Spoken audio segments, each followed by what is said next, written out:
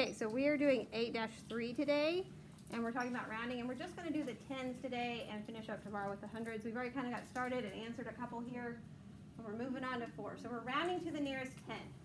Okay, so they already have a number line there for us, and we've already done some notes in class to help us round, which I will put online for you. And we've already made you a copy for here in class.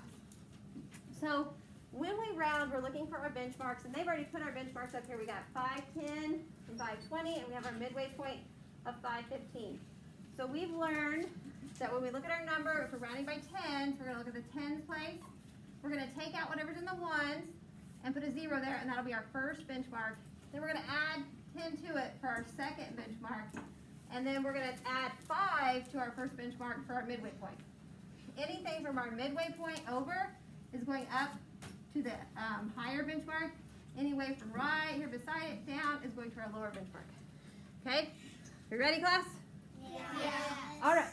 So we have 517. Is 517 closer to 510 or 520? 520. 520. Well, you have to just circle that on your paper. Okay? Now, we're going to do 5 and 6, and then we're going to do the hundreds tomorrow. So let's go ahead and make a little benchmark underneath here, okay? Because we're rounding by the tens. A number line with benchmarks on it, I mean. Okay? So I'm going to find my tens. Ones, tens, hundreds, tens is in the middle. Okay? So what's in my 10 spot, class? 4. So I'm going to take out the ones and put a 0 there. So the 9 becomes a what? 0. So my first benchmark is 140. Now to get my second benchmark, I'm going to add 10 to that. So we're just counting by 10. So 40, 50. So we got to put the 100 back on it. So we got 150. Pardon me for one afternoon announcement. This is to the ball players. You will need to bring a bottle of water to the game. There will be no concessions. And your bus leaves at 4:45. Good luck tonight, guys. Moving on. Okay, in our midway point, we're going to add 5 to our benchmark. So 40 plus 5 would be? 145. Would be 45. We're going to put the 100 back in front of it, right? Okay. Now we're going to go ahead and put our tick marks in there. 41, 42, 43, 44, 45, 46, 47, 48, 49. Now we're going to add our number. Where's our number go? Which mark? The 9th one, right? Right here at 149. Okay, is our number closer to 150 or is it closer to 140? 150. 150. So our answer is 150. Okay, because we're looking for the distance that's closer. All right, let's do the same thing for number 6. You ready? Okay, so let's go ahead and make our number line.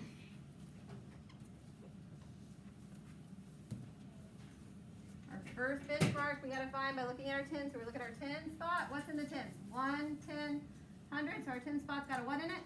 Class? A 3. So we get rid of the ones place, which is a 2. We make it a 0. So we got 730 for our first benchmark. Our second benchmark would be what? What do we think, class? Lindy? 740. And our midway point, we're going to add 5 to our first benchmark. So we got 730 plus 5, so it would be what? 745. 735. Now what do we do? Find our number. Find our number. So we can put our tick marks on there if we want. 31, 32, 33, 34, 35, 36, 37, 38, 39, 40. Our number is 732. So 31, 32 is going to be right here. I'll put it down here. See it better? So what is it closer to? Is it closer to 730 or 740? 730. What do we think? Say it loud. 730. So our answer is 730. Good job. We're going to skip hundreds till tomorrow. So go ahead and look down. All of them, I'm going to scroll down. What?